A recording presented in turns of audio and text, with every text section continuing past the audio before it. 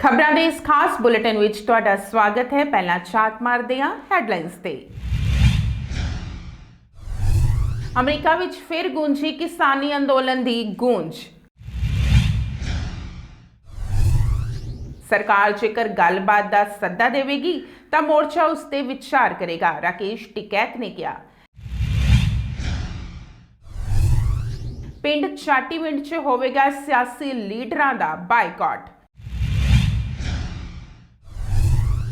Canada ਦੇ ਛੇਤੀ ਵੀਜ਼ੇ ਲਗਵਾਉਣ ਦੇ ਲਈ ਪੰਜਾਬੀ ਵਿਦਿਆਰਥੀਆਂ ਨੇ ਕੀਤਾ ਪ੍ਰਦਰਸ਼ਨ।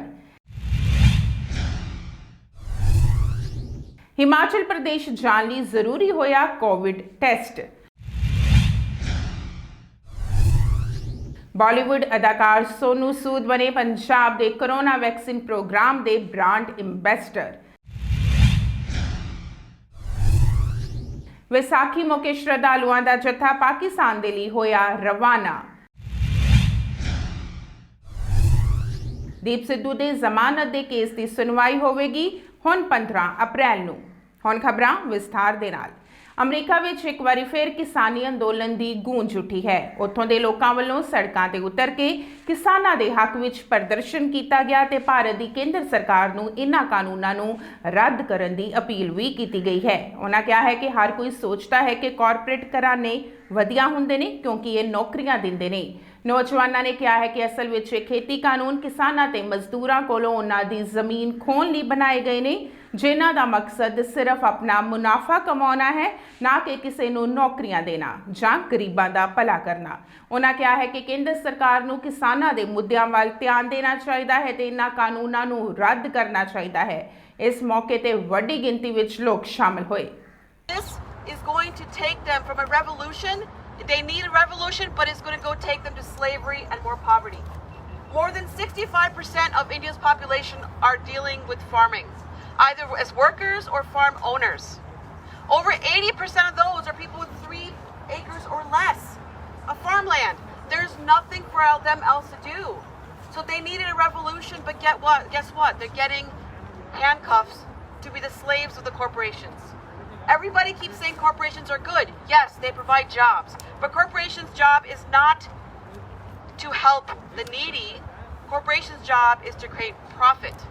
Anybody here not work in a corporation? Does anybody here understand? Everybody understand that? You have shareholders. They're supposed to make profit. India is selling the farmers and the laborers to the corporation. And we know the names, Adani, Ambani. Why? Because they will control the food pipeline. This matters to the whole world. We are all connected by food. Everybody in the whole world needs food. So nobody can say this is just an India issue. It is not. If anybody here opens up their cabinet, there is a spice that's from India. If you open up your freezer, there's a vegetable that's from India. If you open up your staples, there is a wheat, rice, or other type of flour from India. So everybody gets affected. ਭਾਰਤੀ ਕਿਸਾਨ union ਦੇ ਕੌਮੀ ਬੁਲਾਰੇ ਰਾਕੇਸ਼ ਟਿਕੈਤ ਨੇ ਕਿਹਾ ਹੈ ਕਿ ਸਰਕਾਰ ਜੇਕਰ ਸੰਯੁਕਤ ਕਿਸਾਨ ਮੋਰਚਾ ਨੂੰ ਗੱਲਬਾਤ ਦਾ ਸੱਦਾ ਭੇਜੇਗੀ ਤਾਂ ਮੋਰਚਾ ਉਸ ਤੇ ਵਿਚਾਰ ਜ਼ਰੂਰ ਕਰੇਗਾ ਤੇ ਸਰਕਾਰ ਦੇ ਨਾਲ ਗੱਲਬਾਤ ਉੱਥੋਂ ਹੀ ਸ਼ੁਰੂ ਹੋਵੇਗੀ ਜਿੱਥੋਂ 22 ਜਨਵਰੀ ਨੂੰ ਰੁਕੀ ਸੀ। ਤਿੰਨੋਂ ਖੇਤੀ ਕਾਨੂੰਨਾਂ ਦੀ ਵਾਪਸੀ, MSP ਲਈ ਕਾਨੂੰਨ ਤੇ ਗੱਲ ਹੋਏਗੀ ਤੇ ਇਸ ਦੇ ਨਾਲ ਹੀ ਕਿਸਾਨਾਂ ਦੇ ਮੁੱਦੇ ਉਹੀ ਰਹਿਣਗੇ। ਇਹ ਗੱਲਾਂ ਰਾਕੇਸ਼ ਟਿਕੈਤ ਨੇ ਕੇਂਦਰ ਸਰਕਾਰ ਦੇ ਖੇਤੀ ਮੰਤਰੀ ਵੱਲੋਂ ਆਏ ਬਿਆਨ ਦੇ ਜਵਾਬ 'ਚ ਕਹੀਆਂ ਨੇ। ਉਹਨਾਂ ਕਿਹਾ ਹੈ ਕਿ 14 ਅਪ੍ਰੈਲ ਨੂੰ ਬਾਬਾ ਸਾਹਿਬ ਡਾਕਟਰ ਅੰਬੇਦਕਰ ਦੇ ਜਨਮ ਦਿਨ ਤੇ ਕਿਸਾਨਾਂ ਦਾ ਮੋਰਚਾ ਸੰਵਿਧਾਨ ਦਿਵਸ ਮਨਾਏਗਾ ਤੇ ਇਸ ਦੇ ਨਾਲ ਹੀ 13 ਅਪ੍ਰੈਲ ਨੂੰ ਅੰਦੋਲਨ ਦੇ ਵਿੱਚ ਮੋਰਚਿਆਂ ਦੇ ਉੱਤੇ ਖਾਲਸਾ ਪੰਥ ਸਥਾਪਨਾ ਦਿਵਸ ਮਨਾਇਆ ਜਾਏਗਾ ਤੇ ਜਲਿਆਂਵਾਲਾ ਬਾਗ ਕਾਂਡ ਦੀ ਬਰਸੀ ਤੇ ਸ਼ਹੀਦਾਂ ਨੂੰ ਯਾਦ ਕੀਤਾ ਜਾਏਗਾ। ਖੇਤੀ ਮੰਤਰੀ ਦੇ ਬਿਆਨ ਦੇ ਸਵਾਲ ਤੇ ਰਾਕੇਸ਼ ਟਿਕੈਤ ਨੇ ਕਿਹਾ ਹੈ ਕਿ ਸਰਕਾਰ ਜਿਵੇਂ 22 ਜਨਵਰੀ ਤੋਂ ਪਹਿਲਾਂ ਸੰਯੁਕਤ ਕਿਸਾਨ ਮੋਰਚਾ ਨੂੰ ਵਾਰਤਾ ਦਾ ਸੱਦਾ ਭੇਜ ਰਹੀ ਸੀ, ਉਸੇ ਤਰ੍ਹਾਂ ਸੱਦਾ ਭੇਜੇਗੀ ਤਾਂ ਮੋਰਚਾ ਉਸ ਤੇ ਵਿਚਾਰ ਜ਼ਰੂਰ ਕਰੇਗਾ। देखो है क्या कि 22 जनवरी के बाद में सरकार ने कोई बातचीत किसान संगठनों से नहीं करी जो संयुक्त मोर्चा है, और हमारा संयुक्त मोर्चा तो हमेशा तैयार है कि सरकारों से बातचीत करें और बातचीत के बगैर समाधान नहीं निकलेगा, ये भी हमको पता है। बातचीत सरकार आज कर ले, वो 2 महीने में कर ले, वो नवंबर दिसंबर में कर ले, वो अगले साल कर ले। ये तय है कि संयुक्त मोर्चा जो किसान संगठन यहाँ पे चारों तरफ है वो बगैर बातचीत के, बगैर समाधान के घर वापसी नहीं जाएगा। सरकार जब बात करना चाहेगी, हम पूर्ण रूप से तैयार हैं, हम सरकार से बातचीत करेंगे। जैसे ये कहा कि एक कोल की दूरी पे है, वो ये कहना चाहते थे कि जो 18 महीने का हमने प्रपोजल किसान संगठन को दिया है, संयुक्त मोर्चे को दिया है, अगर आपको प्रपोजल मंजूर हो तो आप हमसे बात कर लो। संयुक्त मोर्चे ने ये कह दिया कि हमको प्रपोजल मंजूर नहीं है, तो हम वो तो खत्म हो गया एक कॉल वाला। अभी जो कृषि मंत्री ने जो बयान दिया है, उन्होंने ये बयान दिया है कि हम बातचीत करने को तैयार है। तो किसान संगठन ने, संयुक्त मोर्चे ने, किसी भी एक भी कैंडिडेट ने, हमारे एक भी पदाधिकारी ने ये नहीं कहा कि हम बात नहीं करते। हम बातचीत करना चाहते हैं, कंडीशनल बात हम नहीं करेंगे कि वो कहेंगे कि हमारी ये कंडीशन है, इसको मानते हो तो बात कर लो, वो नहीं करेंगे। हमने पूरी तैयारी कर ली और हमने आगे तक के लिए तैयारी कर रखी है कि जितना भी लंबा आंदोलन चलेगा, इस आंदोलन को उतना लंबा हम चलाएंगे।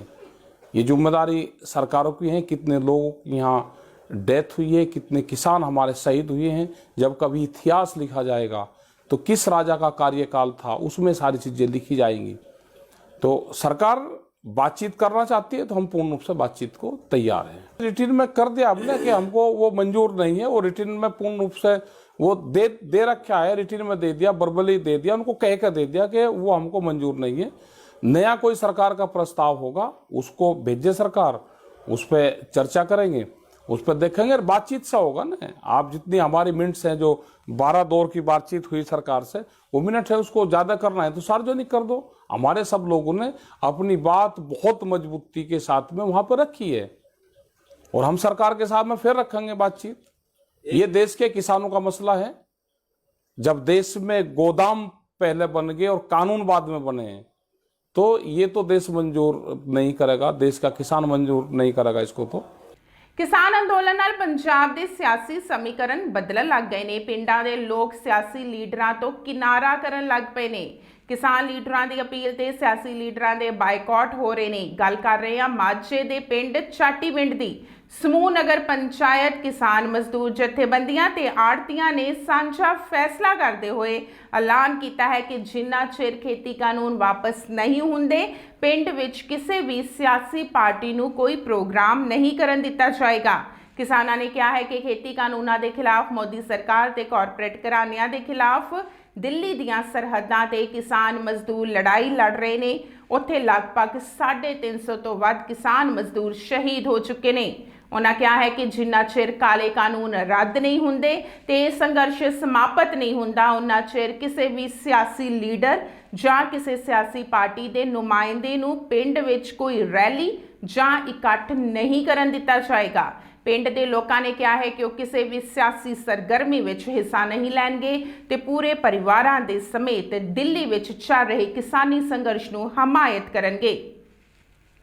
ਪੰਜਾਬ ਦੇ ਬਹੁਤ ਸਾਰੇ ਵਿਦਿਆਰਥੀ ਅਜਿਹੇ ਹਨ ਜਿਨ੍ਹਾਂ ਦੇ ਦਾਖਲੇ ਕੈਨੇਡੀਅਨ ਯੂਨੀਵਰਸਿਟੀਜ਼ ਵਿੱਚ ਪਿਛਲੇ ਸਾਲ ਯਾਨੀ ਕਿ ਸਾਲ 2020 ਦੇ ਆਰੰਭ ਵਿੱਚ ਹੀ ਹੋ ਗਏ ਸਨ, ਪਰ ਉਹਨਾਂ ਨੂੰ ਹਾਲੇ ਤੱਕ ਕੈਨੇਡਾ ਸਰਕਾਰ ਨੇ ਵੀਜ਼ੇ ਜਾਰੀ ਨਹੀਂ ਕੀਤੇ ਨੇ। ਹੁਣ ਅਜਿਹੇ ਪੰਜਾਬੀ ਵਿਦਿਆਰਥੀਆਂ ਨੇ ਚੰਡੀਗੜ੍ਹ ਸਥਿਤ ਕੈਨੇਡੀਅਨ ਜਨਰਲ ਕੌਂਸਲੇਟ ਦਫ਼ਤਰ ਦੇ ਸਾਹਮਣੇ ਵੀਜ਼ੇ ਛੇਤੀ ਜਾਰੀ ਕੀਤੇ ਜਾਣ ਦੀ ਮੰਗ ਨੂੰ ਲੈ ਕੇ ਪ੍ਰਦਰਸ਼ਨ ਕੀਤਾ ਹੈ। ਇਹਨਾਂ 'ਚੋਂ ਬਹੁਤੇ ਵਿਦਿਆਰਥੀਆਂ ਨੇ ਪਿਛਲੇ ਵਰੇ ਮਾਰਚ ਮਹੀਨੇ ਆਪਣੀਆਂ ਵੀਜ਼ਾ ਅਰਜ਼ੀਆਂ ਦਾਖਲ ਕੀਤੀਆਂ ਸਨ, ਪਰ ਉਹ ਹਾਲੇ ਤੱਕ ਵੀ ਕਿਸੇ ਹੁੰਗਾਰੇ ਦੀ ਉਡੀਕ ਕਰ ਰਹੇ ਨੇ। ਦਰਅਸਲ ਪਿਛਲੇ ਵਰੇ ਜਦੋਂ ਕੈਨੇਡੀਅਨ ਸੂਬੇ ਕਿਊਬੈਕ 'ਚ 10 ਵਿਦਿਅਕ ਸੰਸਥਾਵਾਂ ਉੱਤੇ ਦੋਸ਼ ਲੱਗੇ ਸਨ, ਤਾਂ ਉਹ ਕੌਮਾਂਤਰੀ ਵਿਦਿਆਰਥੀਆਂ ਨੂੰ ਦਾਖਲ ਕਰਨ ਦੇ ਲਈ ਕੁਝ ਗਲਤ ਤਰੀਕੇ ਵਰਤ ਰਹੇ ਨੇ। ਤਾਂ ਉਸ ਸਮੇਂ ਕੌਮਾਂਤਰੀ ਵਿਦਿਆਰਥੀਆਂ ਦੀਆਂ ਵੀਜ਼ਾ ਅਰਜ਼ੀਆਂ ਉੱਤੇ ਫੈਸਲੇ ਲੈਣ ਦੀ ਪ੍ਰਕਿਰਿਆ ਅਗਲੇ ਹੁਕਮਾਂ ਤੱਕ ਰੋਕ ਦਿੱਤੀ ਗਈ ਸੀ। कोविड-19 ਮਾਮਲਿਆਂ ਵਿੱਚ ਆਈ ਤੇਜ਼ੀ ਮਗਰੋਂ ਹਿਮਾਚਲ ਪ੍ਰਦੇਸ਼ ਸਰਕਾਰ ਨੇ ਪੰਜਾਬ, ਦਿੱਲੀ, ਮਹਾਰਾਸ਼ਟਰ, ਗੁਜਰਾਤ, ਕਰਨਾਟਕ, ਰਾਜਸਥਾਨ ਅਤੇ ਉੱਤਰ ਪ੍ਰਦੇਸ਼ ਤੋਂ ਆਉਣ ਵਾਲੇ ਸੈਲਾਨੀਆਂ ਦੇ ਲਈ RT-PCR ਟੈਸਟ ਲਾਜ਼ਮੀ ਕਰ ਦਿੱਤਾ ਹੈ। ਇਹ ਫੈਸਲਾ ਮੁੱਖ ਮੰਤਰੀ ਜੈਰਾਮ ਠਾਕੁਰ ਦੀ ਪ੍ਰਧਾਨਗੀ ਹੇਠ ਹੋਈ ਮੀਟਿੰਗ ਦੇ ਦੌਰਾਨ ਲਿਆ ਗਿਆ ਹੈ। ਇਹਨਾਂ ਰਾਜਾਂ ਦੇ ਲੋਕਾਂ ਨੂੰ ਹਿਮਾਚਲ ਵਿੱਚ ਦਾਖਲ ਹੋਣ ਦੇ ਲਈ ਆਗਿਆ ਲੈਣੀ ਪਏਗੀ ਤੇ ਤਾਂ ਹੀ ਆਗਿਆ ਦਿੱਤੀ ਜਾਏਗੀ ਜੇ ਇਹਨਾਂ ਕੋਲ 72 ਘੰਟੇ ਪਹਿਲਾਂ ਦੀ RT-PCR ਨੈਗੇਟਿਵ ਰਿਪੋਰਟ ਹੋਵੇਗੀ। ਮੁੱਖ ਮੰਤਰੀ ਨੇ ਕਿਹਾ ਹੈ ਕਿ ਕੋਰੋਨਾ ਵਾਇਰਸ ਦੇ ਫੈਲਣ ਨੂੰ ਰੋਕਣ ਦੇ ਲਈ ਕੇਂਦਰ ਅਤੇ ਰਾਜ ਸਰਕਾਰਾਂ ਵੱਲੋਂ ਜਾਰੀ ਸਾਰੇ ਦਿਸ਼ਾ ਨਿਰਦੇਸ਼ਾਂ ਨੂੰ ਰਾਜ ਵਿੱਚ ਸਖਤੀ ਦੇ ਨਾਲ ਲਾਗੂ ਕੀਤਾ ਜਾਣਾ ਚਾਹੀਦਾ ਹੈ ਤਾਂ ਜੋ ਵਾਇਰਸ ਦੇ ਫੈਲਣ ਨੂੰ रोका जा सके। हमने तय किया है हिमाचल प्रदेश में कि मंदिर हमारे खुले रहेंगे दर्शन करने के लिए, पूजा करने के लिए, लेकिन जो लंगर, भंडारे और इसके अतिरिक्त जो हमारे जागरण होते हैं उन पर ऐसी परिस्थितियों में रोक लगाना हमारी व्यवस्था है। मुझे पूरा भरोसा है आप उसमें भी सहयोग देंगे। हमने हिमाचल प्रदेश में कुछ चीज़ों को लेकर के निर्णय किया है, उसमें 3-4 चीज़ों को लेकर के विशेष रूप से मैं आपके सामने ज़रूर जिक्र करना चाहूँगा। एक तो हमने तय किया है कि 21 तारीख तक हमारे स्कूल कॉलेजेस बंद रहेंगे और उसके अतिरिक्त हमने ये भी तय किया है कि हिमाचल प्रदेश में जहाँ जिन राज्यों में ज़्यादा संक्रमण फैला है उन राज्यों से आने वाले सभी लोगों के लिए एक एडवाइजरी जारी करके कि वो अपने पिछले 72 घंटे की RT-PCR रिपोर्ट के साथ ही हिमाचल प्रदेश में प्रवेश करें। नवरात्रों के साथ में शादियों का भी दौर शुरू हो रहा है। मेरा आप सबसे विनम्र निवेदन है कि शादियों के लिए जो हमने गाइडलाइंस, जो रिस्ट्रिक्शंस जो जारी की हैं उसके पालन में आप अपना सहयोग करें। इसके साथ मैं विशेष तौर से आप सबसे विनम्र निवेदन करना चाहूँगा, पिछले साल जब कोविड का ये दौर शुरू हुआ था उस वक्त बहुत गंभीरता के साथ सभी लोगों ने सहयोग दिया। आप सबके सहयोग से उस दौर से हम बाहर निकलने में सफल हुए थे। अब की बार हम इस बात को देख रहे हैं कि वो गंभीरता का दौर उस प्रकार का नहीं है जो पिछले साल था। ये वायरस पिछले साल की तुलना में कम खतरनाक नहीं है, उससे ज़्यादा खतरनाक है। ऐसी परिस्थिति में हमको जो गंभीरता पिछले साल बनी हुई थी उससे ज़्यादा गंभीर होकर के काम करने की आवश्यकता है। ਕੈਪਟਨ ਅਮਰਿੰਦਰ ਸਿੰਘ ਨੇ ਬਾਲੀਵੁੱਡ ਅਦਾਕਾਰ ਸੋਨੂ ਸੂਦ ਨੂੰ ਪੰਜਾਬ ਵਿੱਚ ਕੋਰੋਨਾ ਵਾਇਰਸ ਦੇ ਵੈਕਸੀਨ ਪ੍ਰੋਗਰਾਮ ਦਾ ਬ੍ਰਾਂਡ ਐਂਬੈਸਡਰ ਐਲਾਨ ਦਿੱਤਾ ਹੈ। ਮੁੱਖ ਮੰਤਰੀ ਨੇ ਇਹ ਐਲਾਨ ਸੋਨੂ ਸੂਦ ਨਾਲ ਮੁਲਾਕਾਤ ਤੋਂ ਬਾਅਦ ਕੀਤਾ ਹੈ। ਕੈਪਟਨ ਨੇ ਕਿਹਾ ਹੈ ਕਿ ਟੀਕਾ ਲੈਣ ਲਈ ਲੋਕਾਂ ਨੂੰ ਪ੍ਰੇਰਿਤ ਕਰਨ ਦੇ ਲਈ ਤੇ ਉਹਨਾਂ ਨੂੰ ਪ੍ਰਭਾਵਿਤ ਕਰਨ ਦੇ ਲਈ ਸੋਨੂ ਸੂਦ ਤੋਂ ਵਧੀਆ ਹੋਰ ਕੋਈ ਨਹੀਂ ਹੈ। ਪੰਜਾਬ ਵਿੱਚ ਲੋਕਾਂ ਨੂੰ ਕੋਰੋਨਾ ਵੈਕਸੀਨ ਸੰਬੰਧੀ ਬਹੁਤ ਸੰਕੋਚ ਨੇ। ਮੁੱਖ ਮੰਤਰੀ ਨੇ ਕਿਹਾ ਹੈ ਕਿ ਸੋਨੂ ਸੂਦ ਦੀ ਆਮ ਲੋਕਾਂ ਦੇ ਵਿੱਚ ਪ੍ਰਸਿੱਧੀ ਹੈ ਤੇ ਪਿਛਲੇ ਸਾਲ ਮਹਾਮਾਰੀ ਫੈਲਣ ਦੇ ਨਾਲ ਹਜ਼ਾਰਾਂ ਪ੍ਰਵਾਸੀਆਂ ਨੂੰ ਸੁਰੱਖਿਅਤ ਘਰ ਪਹੁੰਚਾਉਣ ਦੇ ਵਿੱਚ ਸਹਾਇਤਾ ਕੀਤੀ ਗਈ ਸੀ ਤੇ ਇੱਕ ਮਿਸਾਲ ਕਾਇਮ ਕੀਤੀ ਗਈ ਸੀ। ਇਸ ਲਈ ਲੋਕਾਂ ਦੀਆਂ ਚਿੰਤਾਵਾਂ ਦੂਰ ਕਰਨ ਦੇ ਵਿੱਚ ਸਹਾਇਤਾ ਮਿਲੇਗੀ। ਕੈਪਟਨ ਨੇ ਅੱਗੇ ਕਿਹਾ ਹੈ ਕਿ ਜਦੋਂ ਲੋਕ ਪੰਜਾਬ ਦੇ ਪੁੱਤਰ ਤੋਂ ਕੋਰੋਨਾ ਟੀਕਾ ਲਗਾਉਣ ਦੇ ਫਾਇਦੇ ਬਾਰੇ ਸੁਣਨਗੇ ਅਤੇ ਜਾਣਨਗੇ ਕਿ ਕਿੰਨਾ ਸੁਰੱਖਿਅਤ ਤੇ ਜ਼ਰੂਰੀ ਹੈ ਤਾਂ ਵਾਕਈ ਹੀ ਉਸ ਤੇ ਵਿਸ਼ਵਾਸ ਕਰਨਗੇ ਕਿਉਂਕਿ ਲੋਕ ਸੋਨੂ ਸੂਦ ਤੇ ਭਰੋਸਾ ਕਰਦੇ ਨੇ। ਸ਼੍ਰੋਮਣੀ ਗੁਰਦੁਆਰਾ ਪ੍ਰਬੰਧਕ ਕਮੇਟੀ ਦੇ ਦਫ਼ਤਰ ਤੋਂ ਅੱਜ 431 ਸਿੱਖ ਸ਼ਰਧਾਲੂਆਂ ਦਾ ਜੱਥਾ ਵਿਸਾਖੀ ਮਨਾਉਣ ਦੇ ਲਈ ਪਾਕਿਸਤਾਨ ਦੇ ਲਈ ਰਵਾਨਾ ਹੋਇਆ। ਇਹ ਜੱਥਾ ਪਾਕਿਸਤਾਨ ਵਿਖੇ ਸਥਿਤ ਪੰਜਾ ਸਾਹਿਬ ਵਿੱਚ ਵਿਸਾਖੀ ਮਨਾ ਕੇ ਤੇ ਗੁਰਧਾਮਾਂ ਦੇ ਦਰਸ਼ਨ ਕਰਨ ਤੋਂ ਬਾਅਦ 22 ਅਪ੍ਰੈਲ ਨੂੰ ਭਾਰਤ ਵਾਪਸ ਪੁੱਜੇਗਾ। ਤੁਹਾਨੂੰ ਦੱਸ ਦਈਏ ਕਿ 437 ਸਿੱਖ ਸ਼ਰਧਾਲੂਆਂ ਨੇ ਪਾਕਿਸਤਾਨ ਦੇ ਲਈ ਰਵਾਨਾ ਹੋਣਾ ਸੀ ਪਰ 6 ਸ਼ਰਧਾਲੂਆਂ ਦੀ ਕੋਰੋਨਾ ਰਿਪੋਰਟ ਪੋਜ਼ਿਟਿਵ ਆਉਣ ਤੋਂ ਬਾਅਦ 431 ਸ਼ਰਧਾਲੂਆਂ ਦਾ ਜੱਥਾ ਅੱਜ ਰਵਾਨਾ ਹੋਇਆ ਹੈ ਤੇ ਸ਼ਰਧਾਲੂਆਂ ਦੇ ਵਿੱਚ ਖੁਸ਼ੀ ਦੀ ਲਹਿਰ ਦੇਖਣ ਨੂੰ ਮਿਲੀ ਹੈ। ਵਾਹਿਗੁਰੂ ਜੀ ਕਾ ਖਾਲਸਾ ਵਾਹਿਗੁਰੂ ਜੀ ਕੀ ਫਤਿਹ। ਸ਼੍ਰੋਮਣੀ ਗੁਰਦੁਆਰਾ ਪ੍ਰਬੰਧਕ ਕਮੇਟੀ ਨੂੰ ਹਰ ਸਾਲ ਦੀ ਤਰ੍ਹਾਂ ਇਸ ਵਾਰ ਜਿਹੜਾ ਵਿਸਾਖੀ ਦਾ ਦਿਹਾੜਾ ਪਾਕਿਸਤਾਨ ਵਿਖੇ ਗੁਰਦੁਆਰਾ ਸਿੰਘ ਹਸਮਦਲ ਪੰਜਾਬ ਵਿਖੇ ਮਨਾਇਆ ਜਾ ਰਿਹਾ। ਸ਼੍ਰੋਮਣੀ ਗੁਰਦੁਆਰਾ ਪ੍ਰਬੰਧਕ ਦੇ ਮੁੱਖ ਦਫ਼ਤਰ ਤੋਂ 437 ਜਿਹੜੇ ਸਿੱਖ ਸ਼ਰਧਾਲੂ ਆ ਅੱਜ ਪਾਕਿਸਤਾਨ ਲਈ ਰਵਾਨਾ ਹੋਣਗੇ, ਜਿਨ੍ਹਾਂ ਦੀ ਰਵਾਨਗੀ ਮਾਨਯੋਗ ਪ੍ਰਧਾਨ ਸਭਾ ਜਗੀਰ ਕੌਰ ਜੀ ਖੁਦ ਕਰਨਗੇ। ਇਹ ਜਥਾ ਅੱਜ ਪਾਕਿਸਤਾਨ ਵਿੱਚ ਵਾਹਗਾ ਬਾਰਡਰ ਦੇ ਥਰੂ ਐਂਟਰੀ ਕਰੇਗਾ। ਇਹਦੀ ਵਾਪਸੀ 22 ਅਪ੍ਰੈਲ ਨੂੰ ਹੋਏਗੀ। ਇਹ ਵਿਸਾਖੀ ਦਾ ਦਿਹਾੜਾ ਗੁਰਦੁਆਰਾ ਸ੍ਰੀ ਪੰਜਾ ਸਾਹਿਬ ਮਨਾਉਣ ਤੋਂ ਬਾਅਦ ਸਾਰੇ ਹੀ ਗੁਰਧਾਮਾਂ ਦੇ ਦਰਸ਼ਨ ਕਰੇਗਾ ਔਰ ਕਰੋਨਾ ਮਹਾਮਾਰੀ ਨੂੰ ਦੇਖਦੇ ਹੋਏ ਸਾਡੀ ਇਹਨਾਂ ਸਿੱਖ ਸੰਗਤਾਂ ਨੂੰ ਅਪੀਲ ਆ ਕਿ ਇਹ ਸਾਵਧਾਨੀਆਂ ਵਰਤਣ। ਮਤਲਬ ਹੈਲਥ ਡਿਪਾਰਟਮੈਂਟ ਦੀਆਂ ਹਦਾਇਤਾਂ ਦੇ ਅਨੁਸਾਰ ਹੀ ਉੱਥੇ ਜਾਣਾ। 437 ਬੰਦਿਆਂ ਨੂੰ ਵੀਜ਼ਾ ਮਿਲਿਆ ਸੀ। ਹਾਂਜੀ 437 ਜਿਹੜੇ ਸਿੱਖ ਸ਼ਰਧਾਲੂਆਂ ਨੂੰ ਵੀਜ਼ਾ ਮਿਲਿਆ। ਬਾਕੀ ਦੇ ਵੀਜ਼ੇ ਜਿਹੜੇ ਪੰਜਾਬ ਔਰ ਭਾਰਤ ਸਰਕਾਰ ਪੋਜ਼ਿਟਿਵ ਕਿੰਨੇ ਆਏ ਨੇ ਜਿਹੜੇ 6 ਜਿਹੜੇ ਸ਼ਰਧਾਲੂ ਪੋਜ਼ਿਟਿਵ ਆਏ ਨੇ ਉਹਨਾਂ ਨੂੰ ਬੇਨਤੀ ਕੀਤੀ ਵੀ ਉਹ ਪਾਕਿਸਤਾਨ ਵਿੱਚ ਐਂਟਰੀ ਨਾ ਕਰਨ। ਬਾਕੀ ਸਾਰਿਆਂ ਨੂੰ ਸਾਡੀ ਬੇਨਤੀ ਆ ਵੀ ਉਹ ਸਾਵਧਾਨੀ ਨਾਲ ਕੁਆਰੰਟਾਈਨ ਕਰ ਦਿੱਤਾ ਗਿਆ ਜਿਹੜੇ ਪੋਜ਼ਿਟਿਵ ਆਏ ਨੇ 6। ਬਿਲਕੁਲ ਉਹਨਾਂ ਨੂੰ ਅਸੀਂ ਕਹਿਤਾ ਵੀ ਆਪਣੇ ਘਰਾਂ 'ਚ ਰਹਿਣ ਜਾਂ ਜੋ ਵੀ ਉਹ ਉਹਨਾਂ ਦੀ ਬਣਦੀ ਇਸ ਤਰ੍ਹਾਂ। ਮੇਰਾ ਨਾਮ ਸੰਤੋਸ਼ ਕੁਮਾਰੀ ਹੈ। ਕਿੱਥੋਂ ਆਏ ਅਸੀਂ ਪਿੰਡ ਕਾਇਨੌਰ ਹੈ, ਮਰਿੰਡੇ ਦੇ ਕੋਲ ਹੈ ਪਿੰਡ, ਇਹ ਰੋਪੜ ਜ਼ਿਲ੍ਹਾ ਹੈ। ਅੱਜ ਕਿੱਥੇ ਜਾ ਰਹੇ ਤੇ ਕਿੰਨੇ ਦਿਨ ਦਾ ਟੂਰ ਹੈ? ਅੱਜ ਅਸੀਂ ਬੇਟੇ ਇਹ ਟੂਰ ਹੈਗਾ ਸਾਡਾ, ਅਸੀਂ 22 ਨੂੰ ਵਾਪਸੀ ਹੈ ਸਾਡੀ।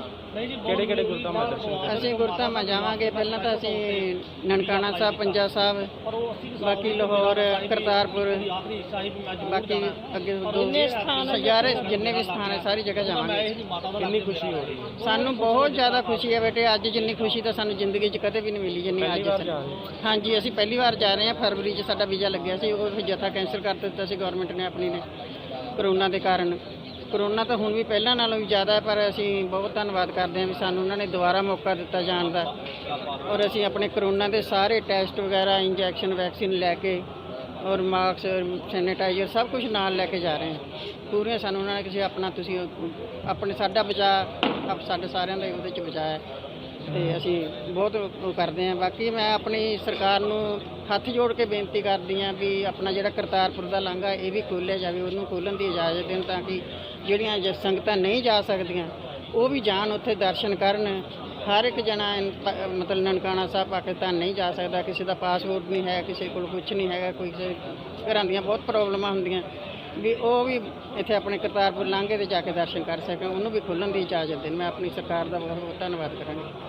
26 ਜਨਵਰੀ ਹਿੰਸਾ ਮਾਮਲੇ 'ਚ ਨਾਮਜ਼ਦ ਦੀਪ ਸਿੱਧੂ ਨੂੰ ਅਦਾਲਤ ਤੋਂ ਜ਼ਮਾਨਤ ਨਹੀਂ ਮਿਲ ਸਕੀ ਹੈ। ਅਦਾਲਤ ਵਿੱਚ ਸਰਕਾਰੀ ਵਕੀਲ ਨੇ ਦੀਪ ਸਿੱਧੂ ਦੀ ਇੰਟਰਵਿਊ ਵਾਲੀ ਵੀਡੀਓ ਸਾਹਮਣੇ ਰੱਖੀ ਸੀ। ਉਹਨਾਂ ਨੇ ਕਿਹਾ ਸੀ ਕਿ ਦੀਪ ਸਿੱਧੂ ਝੰਡਾ ਲਹਿਰਾਉਣ ਦੀ ਗੱਲ ਕਰ ਰਹੇ ਸਨ। ਤੁਹਾਨੂੰ ਦੱਸ ਦਈਏ ਕਿ ਹੁਣ ਜ਼ਮਾਨਤ ਪਟੀਸ਼ਨ ਤੇ 15 ਅਪ੍ਰੈਲ ਨੂੰ ਫੈਸਲਾ ਲਿਆ ਜਾ ਸਕਦਾ ਹੈ। ਕਰੋਨਾ ਦੀਆਂ ਹਦਾਇਤਾਂ ਦੇ ਚੱਲਦਿਆਂ ਦੀਪ ਸਿੱਧੂ ਨੂੰ ਅਦਾਲਤ ਵਿੱਚ ਸਰੀਰਕ ਤੌਰ ਤੇ ਪੇਸ਼ ਨਹੀਂ ਕੀਤਾ ਗਿਆ ਅਤੇ ਵੀਡੀਓ ਕਾਨਫਰੰਸਿੰਗ ਦੇ ਰਾਹੀਂ ਹੀ ਸੁਣਵਾਈ ਹੋਈ ਹੈ ਤੇ ਹੁਣ ਅਗਲੀ ਸੁਣਵਾਈ 15 ਅਪ੍ਰੈਲ ਨੂੰ ਹੋਵੇਗੀ। ਇਹ ਸਨ ਕੁਝ ਖਾਸ ਖਬਰਾਂ। ਨਵੀਆਂ ਖਬਰਾਂ ਲੈ ਕੇ ਫਿਰ ਤੋਂ ਹਾਜ਼ਰ ਹੋਵਾਂਗੇ। ਉਨੀ ਦੇਰ ਤੱਕ ਦਿਓ ਇਜਾਜ਼ਤ। ਧੰਨਵਾਦ।